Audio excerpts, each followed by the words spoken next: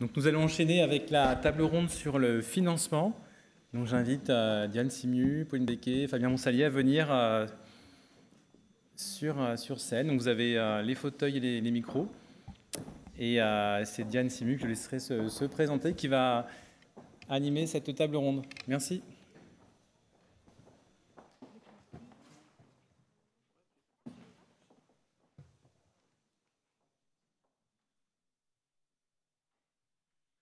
Bonjour à tous, merci beaucoup pour votre participation à cette table ronde sur le financement de l'innovation verte.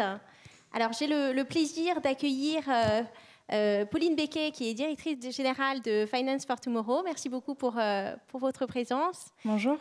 Et Fabien Monsalier, qui est directeur de l'innovation du groupe La Banque Postale. Merci beaucoup d'être avec nous aujourd'hui. Alors, vous le savez, les besoins de financement pour la transition écologique sont massifs. On estime aujourd'hui en France qu'ils sont de l'ordre de 2% du PIB et environ 10% des investissements. Il faudrait qu'ils soient, d'ici 2030, à 3% du PIB, 20% des investissements. Les financements publics n'y suffiront pas, même si on a des financements sans précédent qui sont mobilisés actuellement. J'y reviendrai un petit peu plus tard sur les financements qui sont mobilisés. Mais on a besoin de la finance privée, et c'est tout l'objet des actions des actions qui sont menées à la fois par la Commission européenne dans le cadre de sa stratégie finance durable, et puis par la France depuis 2015 pour verdir la finance, pour réorienter les flux de capitaux existants depuis des activités brunes vers des activités vertes. Et c'est donc tout l'objet de la finance verte. Alors, je vais poser des questions à nos invités sur ces questions de finances durables. Fabien Monsalier, il y a une actualité brûlante pour le groupe La Banque Postale. Vous avez annoncé que d'ici 2030, une sortie totale des financements aux énergies fossiles. Comment est-ce que le groupe La Banque Postale se mobilise pour la finance verte et la finance durable de manière générale? Alors en fait, cette annonce... elle est effectivement emblématique puisque nos concurrents, je crois, sont sur du 2040 voire 2050 pour un certain nombre en fait, a annoncé une sortie des énergies non renouvelables. Pour la Banque Postale, en fait, c'est une actualité, mais c'est une forme de continuité dans l'engagement. Alors quelques chiffres peut-être à vous donner. La Banque Postale, en fait, c'est la 11e banque en termes de taille de bilan de la zone euro, ce qui est pas forcément connu aujourd'hui. Depuis 2019, notre filiale d'asset management est 100% ISR. On est un des premiers pionniers en matière d'engagement autour de l'ISR. Et donc l'annonce qui a été faite par Philippe Heim en fin de semaine dernière constitue une forme de continuité. Et un troisième chiffre, l'investissement dans la transition verte dans le groupe, c'était 23 milliards en fait en 2020. Donc ça vous donne une idée de l'engagement de la banque dans la question de ce qu'on appelle nous transition juste, c'est-à-dire qui comprend dans notre plan stratégique à la fois le volet sociétal, mais aussi le volet environnemental, et on ne dissocie pas l'un de l'autre. Et évidemment, on va continuer à accentuer notre action en la matière. Je ne vais pas donner un chiffre, mais un autre élément de preuve. On a annoncé il y a à peu près 3 semaines un partenariat avec Carbo, qui est une start-up qu'on a incubée au sein de notre incubateur plateforme 58, et dans le cadre duquel plusieurs partenariats à la fois sur les particuliers et les entreprises ont été signés par notre président, et va permettre en fait d'engager de manière opérationnelle l'évolution des offres en fait de la banque en faveur de la transition. Merci beaucoup, Pauline Becquet. Finance for Tomorrow, on est quasiment à la veille du Climate Finance Day. Comment est-ce que vous vous mobilisez, notamment pour l'innovation verte? Oui, alors peut-être que je peux représenter Finance for Tomorrow parce que je ne suis pas sûre que tout le monde connaisse. Donc Finance for Tomorrow, c'est une branche de Paris Europlace qui a été créée en juin 2017, vraiment à la suite de l'accord de Paris et de la COP 21. L'objectif, c'est de faire de la finance verte et durable un moteur de développement de la place de Paris et de faire de Paris un centre financier de référence sur ces enjeux. Donc aujourd'hui, on a plus de 85 membres qui sont tous mobilisés pour réallouer leurs actifs conformément aux objectifs de l'accord de Paris et du développement durable. Et dans ces membres, on n'a pas que des acteurs financiers. En fait, ce qui est intéressant chez Finance for Tomorrow, c'est qu'on rassemble vraiment tout l'écosystème. On a une grosse moitié d'acteurs financiers, bien sûr, mais on a aussi autour de la table les pouvoirs publics, des ONG, des think tanks, des cabinets de conseil, des entreprises, et tous travaillent sur ces questions de réallocation des actifs vers la transition verte. Donc le Climate Finance Day qui aura lieu mardi prochain, rendez-vous que je vous invite à suivre, c'est un rendez-vous annuel phare autour de la finance durable qui est vraiment un catalyseur d'engagement. On a choisi de l'organiser cette année vraiment à quelques jours de la COP26.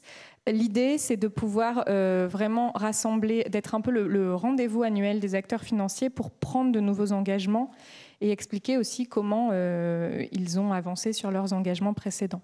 Donc j'aime à penser que la Banque Postale s'est inscrite dans le calendrier pré-CFD et pré-COP26 pour faire son annonce, mais on attend aussi des annonces d'autres acteurs financiers dans les jours à venir.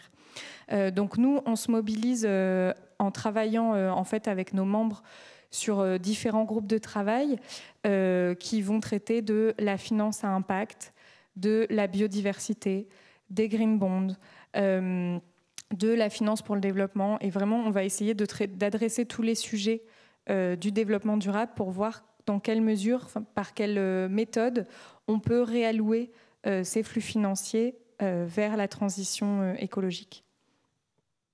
Merci beaucoup. J'en profite peut-être pour dire un mot aussi de la façon dont l'État se mobilise aussi pour le financement de l'innovation verte. Donc, on a des montants sans précédent qui sont mobilisés pour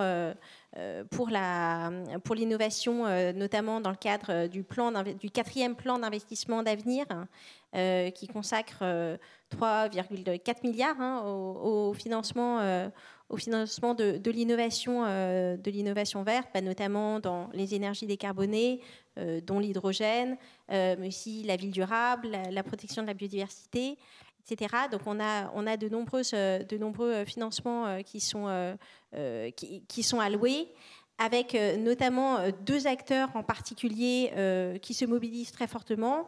D'une part, BPI France, qui dans le cadre de son plan climat, donc de 20 milliards d'euros, consacre 2,5 milliards au Green Tech, avec pour objectif de doubler le financement des Green Tech et de proposer de nouvelles solutions.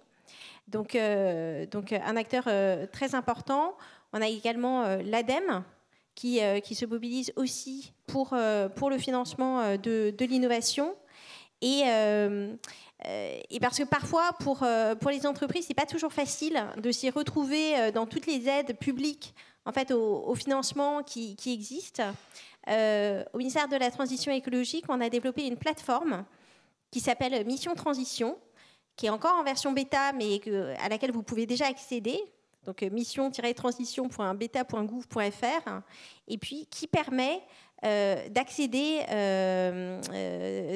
à toutes les aides publiques en matière de financement, alors de la transition écologique de manière générale pour les entreprises, mais aussi spécifiquement sur les questions d'innovation, avec un accompagnement qui peut être un accompagnement financier, mais aussi un accompagnement en ingénierie.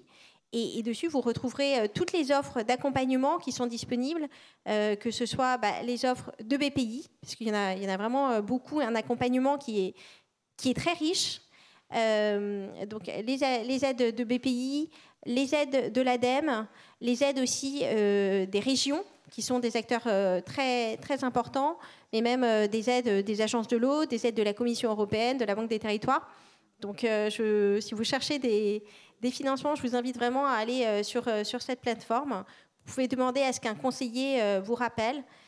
Les conseillers de BPI aussi, il y a eu un gros effort de fait pour former les conseillers clientèle pour être en mesure de conseiller les entreprises pour amorcer leur transition. Donc on a des solutions pour les entreprises qui veulent s'engager. Alors, je voulais justement savoir comment vous engagez pour verdir votre portefeuille actuel. Alors, il y a pas mal d'actions. Ce que je voulais juste réagir en fait à l'écosystème de financement, parce qu'effectivement, il y a l'environnement public et qui commence à se muscler de manière assez sérieuse. C'est la même chose dans le domaine privé. Il y a de plus en plus de fonds qui sont dédiés à l'impact. Je pense à 2050 qui a été monté par Marie Eklund et Olivier Mathieu. Et moi, mon sentiment, c'est que finalement, le sujet, c'est moins un sujet de financement qu'un sujet de demande. C'est-à-dire que de manière assez paradoxale, et on le voit en fait dans le deal flow de notre incubateur, on a assez peu de green tech et on a assez peu de projets qui nous arrivent avec une vision assez large de transformation de l'environnement, de l'écosystème, de la société. Donc je pense qu'il y a à la fois effectivement un sujet de financement, d'accès, de simplification, etc. Mais finalement, c'est moins une question de volume qu'une question d'offre en fait de green tech. Et on voit par exemple sur des supports comme KissKissBankBank, qui est une offre en fait de crowd, qui est aujourd'hui filiale de la Banque Postale, il n'y a pas de projet en fait de cette nature. Donc il y a un vrai sujet sur comment est-ce qu'on réussit à faire émerger probablement plus de green tech, et peut-être qu'effectivement là on a un travail à opérer ensemble plus en amont sur les écoles d'ingénieurs, les écoles les instituts de recherche, etc., pour faire arriver une offre qui aujourd'hui n'est pas présente et qui nous oblige nous à faire évoluer en fait notre façon d'aborder les choses. Tout à fait. Pauline, comment est-ce que vous mobilisez pour faire émerger davantage de green tech? Alors, en fait, moi, je voulais réagir surtout à la plateforme Mission Transition et repartager les constats d'un rapport qui avait été fait en 2018 par le rapport Canfin-Zawati. À l'époque, Philippe Zawati était président de Finance for Tomorrow, donc Finance for Tomorrow avait été impliqué dans ce rapport. Sur justement le financement de la transition. Et le principal constat du rapport, c'était alors un peu différent de ce que vous disiez, c'était de dire il y a des projets, mais qui ne trouvent pas de financement, et puis il y a des financeurs qui ne trouvent pas justement de porteurs de projets. Et le problème, c'est de faire se rencontrer cette offre et cette demande, parce que finalement, les porteurs de projets, ils sont pas structurés, en tout cas à l'échelle suffisante pour des grands investisseurs comme les investisseurs institutionnels par exemple. Et donc ce qui avait été recommandé par ce rapport, c'était justement le besoin de développer des mécanismes de financement et de partage du risque public-privé, et vraiment d'aller dans ce sens-là pour en fait aider le secteur privé aussi à aller un peu plus sur le domaine du financement de l'innovation dans les green tech notamment. Donc voilà, c'était juste pour partager ça. Je ne pense pas que fondamentalement on diverge. Moi, le sentiment que j'ai, puisque c'est un rapport de 2018, c'est qu'au cours des 3 dernières années, il y a eu une évolution assez fondamentale en fait de l'offre de financement. Alors, on en parlait sur la partie publique, vraiment sur la partie privée des fonds d'investissement. D'abord, il y a un verdissement progressif de pas mal de fonds qui intègrent dans leur thèse d'investissement désormais des critères green, parfois couperés, puisqu'ils s'interdisent en fait d'investir dans des boîtes qui ne garantissent pas un minimum d'engagement. Et puis il y a des fonds dédiés à l'impact. Donc je trouve que les choses ont vraiment évolué de manière très favorable au cours des 3 dernières années. Mais je ne conteste pas le fait qu'en 2018, c'était effectivement un panorama peut-être moins favorable qu'aujourd'hui. Je partage tout à fait. Et d'ailleurs, on voit, si on regarde le dernier baromètre CleanTech EY France Invest, on voit qu'il y a eu des montants records investis dans les clean tech, mais on voit aussi que c'est lié au plan de relance. Donc finalement, ça rejoint quand même cette idée que quand on a des mécanismes de partage des risques ou des garanties par l'État, ça aide aussi la mobilisation du secteur de la finance privée sur ces financements-là. Tout à fait. Et encore, les montants dont je parlais tout à l'heure, c'était avant les annonces de France 2030. Donc, on voit qu'on n'aura pas, on n'a pas d'assèchement du financement en perspective. Les financements sont là. Et le sujet, c'est effectivement de faire émerger et de convaincre les gens de se lancer. Et c'est vrai qu'on a des actions tout à fait intéressantes qui sont menées, notamment BPI se rapproche d'instituts publics de recherche ou d'organismes, d'opérateurs du ministère. Hein, par exemple, je fais le président du CEREMA qui est présent. Il y a un partenariat qui a été établi entre BPI France et CEREMA Lab pour justement essayer de faire émerger ces innovations. Il y a des partenariats aussi avec l'INRAE, qui est l'Institut national de recherche en agriculture, alimentation, environnement. Donc, voilà, c'est intéressant de voir qu'il y a les financiers qui vont vraiment au contact des chercheurs, au contact des ingénieurs pour faire émerger ces projets. Je voulais vous interroger un peu tous les deux sur l'innovation, qui finance l'innovation. J'ai en tête les fintech, ces startups qui viennent concurrencer les acteurs traditionnels de la banque et de l'assurance. Alors, Fabien, vous avez créé à la Banque Postale Plateforme 58. Comment est-ce que vous voyez le développement de ces fintech aujourd'hui ?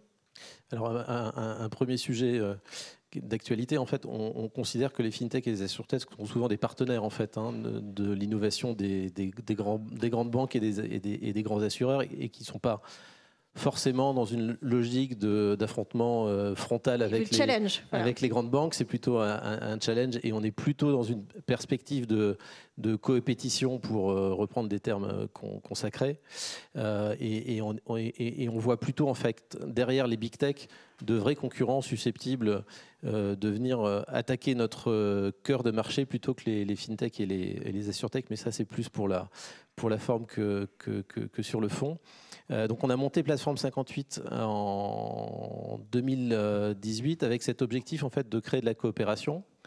Et compte tenu du constat qu'on faisait, en fait, de la difficulté à identifier des projets green, on a fait un choix qui était de travailler sur la notion d'accompagnement et de partir du principe qu'une start-up qui rentrait dans un programme à un niveau de verdissement entre guillemets zéro, elle avait cette capacité à progresser, et que le rôle de l'incubateur, c'était de l'aider à progresser et à atteindre un niveau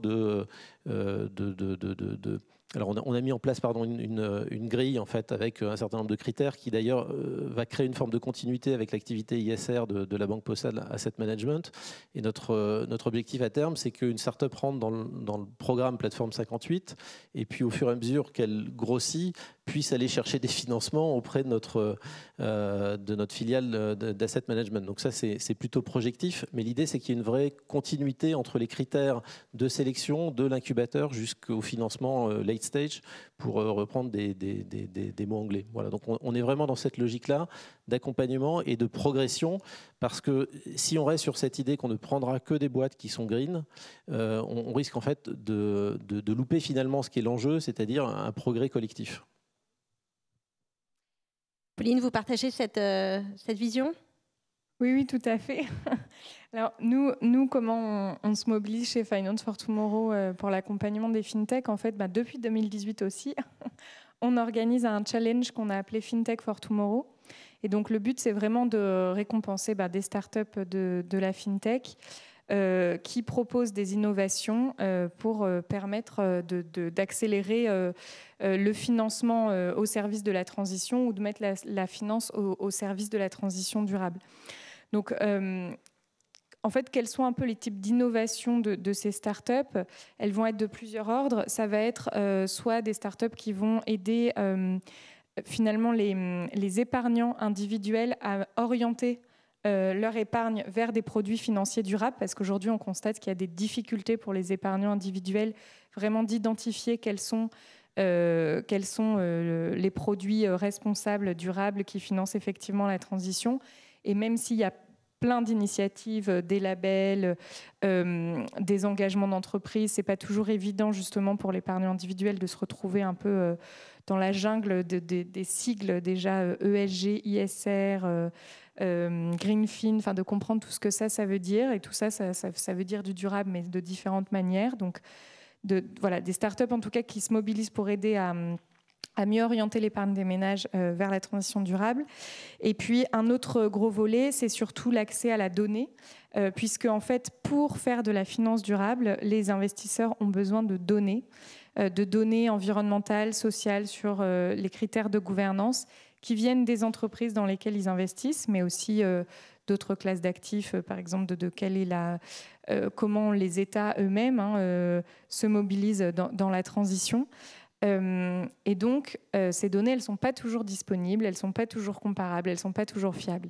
Et avec le big data, l'intelligence artificielle, l'utilisation de données satellitaires, etc., on arrive, en fait, grâce à ces startups de la FinTech, à reconstituer des données qui sont aujourd'hui manquantes. Et donc, c'est vraiment des outils clés pour aider les investisseurs aussi dans leur stratégie pour réallouer leurs actifs vers la transition. Donc, on a, pour vous donner quelques exemples de lauréats des années précédentes, on a récompensé Descartes Underwriting, qui justement mobilisait des données satellitaires pour développer des offres d'assurance paramétriques. L'année dernière, on a récompensé Greenomy, qui offrait des outils de reporting adaptés à la taxonomie européenne. Je pourrais en dire un mot plus tard si vous voulez. Ou encore Ecotree, qui permettait aux citoyens d'investir dans la protection de la forêt française. Donc voilà, des exemples très variés, mais pour montrer qu'il y a un vrai rôle à jouer aussi de la FinTech, justement pour aider les acteurs plus traditionnels à remplir leur mission. Fabien, est-ce que vous avez aussi des exemples, donc outre Carbo, d'autres exemples de FinTech que vous souhaiteriez partager avec nous? Oui, alors on a effectivement Carbo, on a Cashbee qui est aussi une start-up en fait, qui fait de l'épargne et qui dirige en fait, l'épargne vers des outils de placement qui sont ISR. Donc on a un certain nombre en fait, de start-up qui sont dans cette démarche-là. Il y a une forme de cheminement, c'est-à-dire qu'elles ont aussi besoin de comprendre quel est l'intérêt pour elles d'aller vers ce type d'offre. Et je crois qu'on en discutait avec Thomas Thomas Cotinet, pardon, il y a quelques semaines. Il y a probablement aussi un travail à faire pour ces startups à bien identifier l'enjeu stratégique moyen-long terme en fait de verdissement de leurs activités. Et c'est un des travaux, un des enjeux en fait de notre activité dans l'incubateur, c'est de travailler sur le moyen-long terme. Pauline, vous avez mentionné la taxonomie.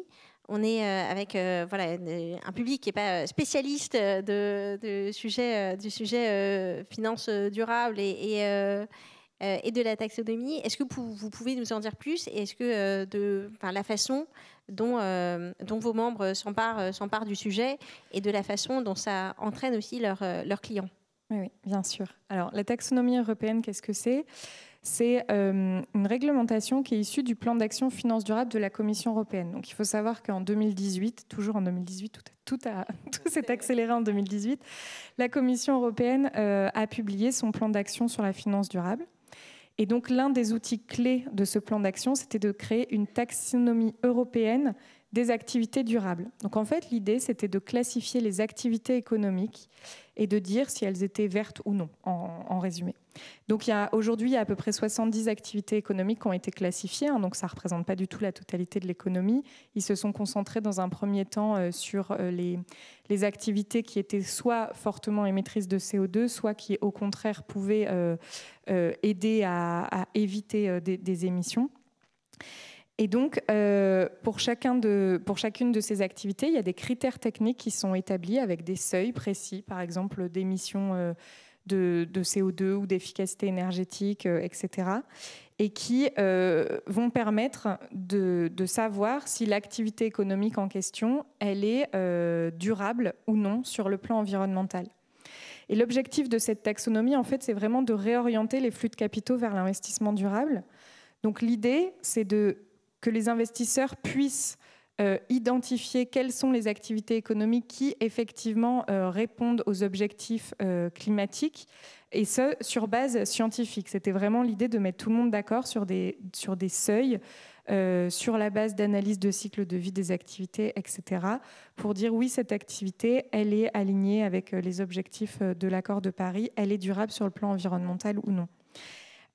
Et donc, c'est un vrai outil. Alors, là, les investisseurs vont être prochainement obligés de reporter sur la part verte de leurs investissements. Donc, ils vont devoir dire dans leur portefeuille d'investissement quelle est la part qui est alignée avec cette taxonomie. Mais il faut aussi voir cette taxonomie européenne comme un véritable outil qui va montrer une feuille de route. Elle va évoluer au fil du temps. Donc non seulement il y a de nouvelles activités qui vont être classifiées, notamment parce qu'aujourd'hui la taxonomie, elle a juste travaillé sur 2 objectifs environnementaux qui sont l'atténuation du changement climatique et l'adaptation au changement climatique. Mais il va y avoir de nouvelles activités et de nouveaux seuils qui vont être définis pour les objectifs liés à la protection de la biodiversité, à la protection des ressources marines, à la lutte contre la pollution et à la transition vers une économie circulaire. Donc elle va évoluer au fil du temps, les seuils ils vont aussi évoluer. Et donc il faut aussi voir cette taxonomie comme une feuille de route finalement qui montre les objectifs à atteindre.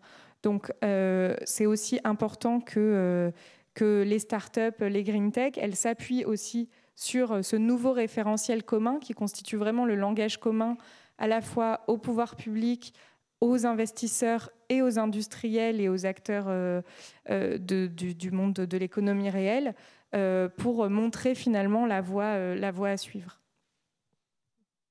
Fabien, comment est-ce que vous emparez de cet outil et est-ce que vous pensez que ça va faire évoluer vos clients ? En fait, il y a une conviction forte en fait, à la banque, au-delà de la question de la taxonomie, sur la nécessité d'une transition qu'on appelle juste. Donc on ne va pas bouger en fait, parce qu'il y a une incitation fiscale, il y a une vraie conviction qu'il faut changer, et l'annonce en fait, du désengagement en fait, du financement des énergies fossiles à 2030, c'est un engagement qui est extrêmement structurant pour la banque, mais également au-delà pour l'ensemble en fait, de notre écosystème, puisqu'on s'engage à ne plus financer des acteurs qui soutiendraient les acteurs des énergies fossiles. Donc vous voyez bien que ça va beaucoup plus loin en fait. Voilà, c'est une action en chaîne, et donc le sujet c'est effectivement un facteur favorable et qui va faciliter, enfin la taxonomie est un facteur qui va faciliter les choses, mais la Banque Postale a décidé d'aller aussi vite, le plus vite qu'elle pourra sur ces sujets-là, et pour appuyer en fait une stratégie qui est le résultat d'un ADN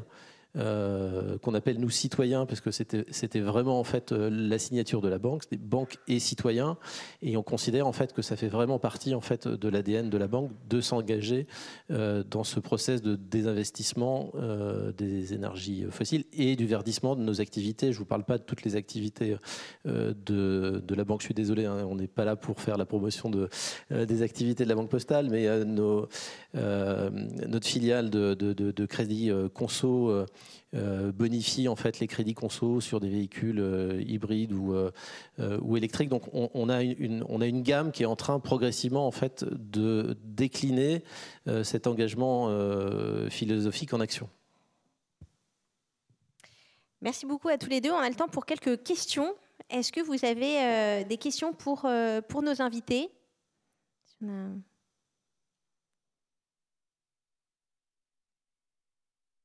Quelqu'un veut se lancer ? Bon, moi, j'en ai d'autres. Hein, donc, moi,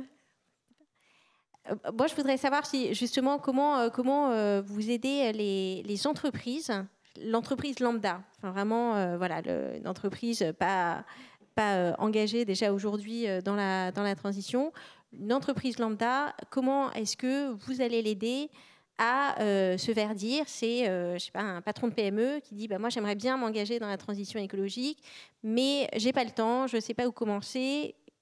Voilà, qu'est-ce qu'on peut lui proposer aujourd'hui quand on est un pour nous, la première étape, c'est la prise de conscience. Et c'est le sens du partenariat avec Carbo, c'est de permettre en fait, aux dirigeants d'entreprises, mais aussi aux particuliers. Donc, si vous êtes client de la Banque Postale, vous pouvez d'ores et déjà en fait, connaître votre empreinte carbone, ce qui doit être le cas. Vous êtes client de la Banque Postale. Oui. Moi non, mais je vais changer certainement après vous avoir écouté. Voilà. Et donc grâce à Carbo, en fait, on est capable de fournir aux entrepreneurs TPE, PME une mesure en fait de leur empreinte carbone. Et on pense en fait que la première étape, c'est vraiment la prise de conscience. Et derrière en fait la prise de conscience, on déroulera le fil ensuite des actions. On a déjà un certain nombre d'acteurs avec lesquels on travaille autour de la compensation. On parlait d'écoterie, mais on a d'autres acteurs qui tournent autour de ces questions et qu'on va effectivement progressivement déployer. Pauline, sur cette question de l'accompagnement des entreprises, comment est-ce que les membres de Finance for Tomorrow s'engagent? Alors, en fait, il y a une notion dans le secteur financier qu'on appelle l'engagement, justement, avec les entreprises. Et l'engagement avec les entreprises, c'est en fait dialoguer avec les entreprises sur ces sujets, enfin sur tous les sujets, mais en particulier sur les sujets environnementaux, sociaux et de gouvernance. Donc l'idée, là, ce qui se développe vraiment de plus en plus, c'est l'engagement sur les stratégies climatiques. Et donc, en fait, c'est de demander aux entreprises elles-mêmes d'avoir des stratégies qui sont alignées avec l'accord de Paris. Donc, il y a par exemple une initiative qui s'appelle SBTI, pour Science Based Target Initiative. Et donc, il y a certains investisseurs qui vont demander aux grandes entreprises d'avoir des objectifs qui sont validés par cette initiative SBTI. Et donc, cette initiative SBTI, justement, elle aide les entreprises à se fixer des objectifs qui sont basés sur la science, et ce n'est pas juste des objectifs en l'air, c'est-à-dire qu'il y a une vraie réflexion derrière. Ils doivent proposer des plans d'action qui sont validés par l'initiative SBTI, et si ces objectifs sont validés, ça apporte une certaine crédibilité. Donc, en tout cas, il y a une vraie volonté des acteurs financiers de dialoguer avec les entreprises dans lesquelles ils investissent. Alors après, le niveau d'engagement avec les entreprises, il dépend aussi de la classe d'actifs. C'est-à-dire que quand on fait du private equity, c'est aussi plus simple de demander certaines choses à l'entreprise que quand on investit en dette et qu'on n'a pas ni de pouvoir de vote à l'AG, ni qu'on est au bord de l'entreprise.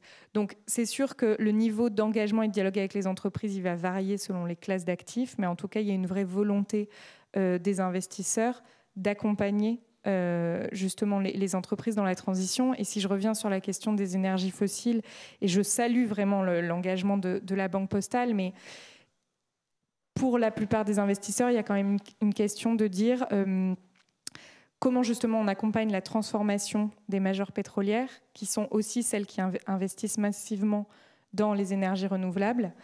Et malheureusement, on ne pourra pas faire la transition uniquement avec les startups, même si on croit beaucoup en vous.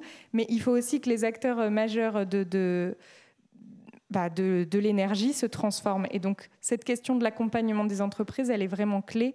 Et quand on exclut et qu'on sort, c'est-à-dire qu'on n'a plus dans nos portefeuilles ces actifs-là, et pour le coup, on ne peut plus dialoguer avec elles. Donc il y a une vraie question de comment est-ce qu'il faut rester investi ou non, jusqu'à quel point on va dans le désinvestissement. Mais ce qui est sûr, c'est que si on reste investi, il faut accompagner et dialoguer avec les entreprises pour être sûr qu'elles se transforment. Est-ce que le fait de fixer un horizon de temps, est-ce que c'est pas la solution justement pour pas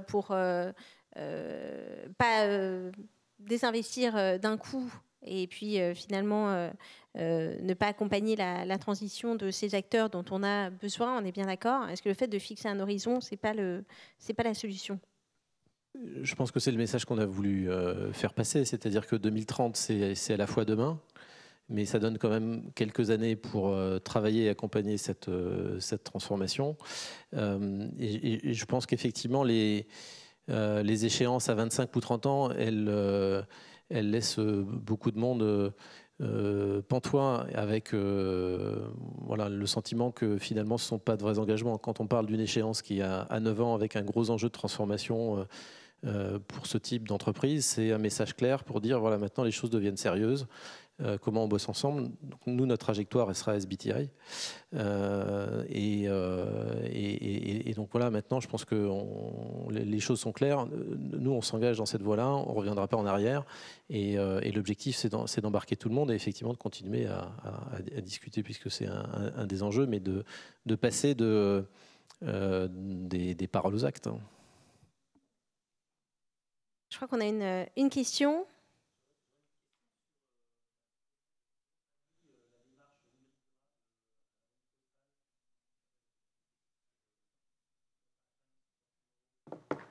Alors, numérique durable, pour le moment, on en est, pour être tout à fait transparent, à l'état de la réflexion. Voilà, ça fera partie en fait de tout le travail qu'on va faire sur la trajectoire de neutralité à 2040. Mais pour le moment, on n'a pas d'action concrète opérationnelle. Je ne peux pas vous dire, voilà, on a décidé de se désengager tel type de fournisseur de serveurs pour basculer sur tel autre. Mais ça fait partie des éléments de trajectoire.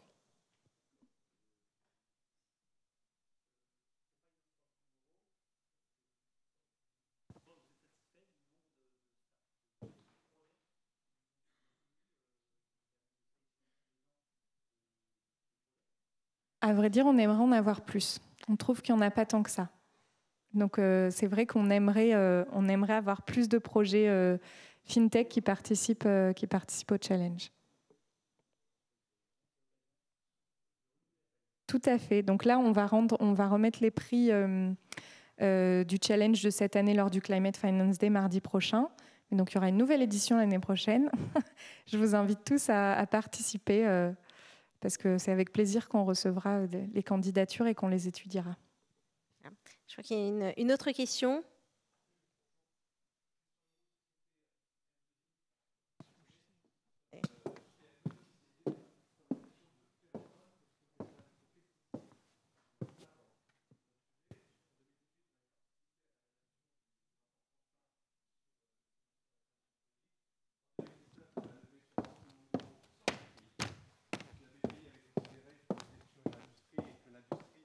Pas forcément d'avenir en France et donc ça faisait partie d'un de leurs critères. Heureusement qu'entre-temps, malheureusement, la crise est arrivée, mais le plan de relance a été mis en place et nous avons bénéficié du plan de relance pour 2,5 millions d'euros.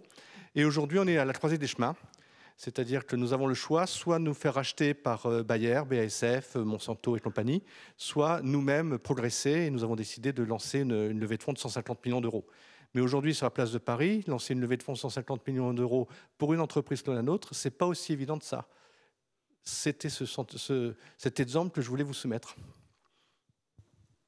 Alors, je pense que vous avez raison, mais votre problématique, elle est vraie pour l'ensemble en fait, de la chaîne de financement des startups. Et on voit que sur FinTech AssureTech, qui est un sujet sur lequel je rencontre des startups quotidiennement, la question de, grosso modo, de la série C ou de la série D est une problématique. Et ce sont souvent des fonds anglais ou des fonds américains qui prennent le relais des fonds français, mais pour avoir eu quelques discussions avec des fonds français, ils en ont conscience, ils sont en train de se restructurer et je pense qu'il y a quelques véhicules qui vont, au moins dans le domaine des fintech, je ne sais pas si on va pouvoir vous y faire rentrer, mais au moins quelques véhicules dont l'objectif est de faire en sorte en fait, de garder une place et de pouvoir conserver les fleurons de l'industrie française avec des capitaux français.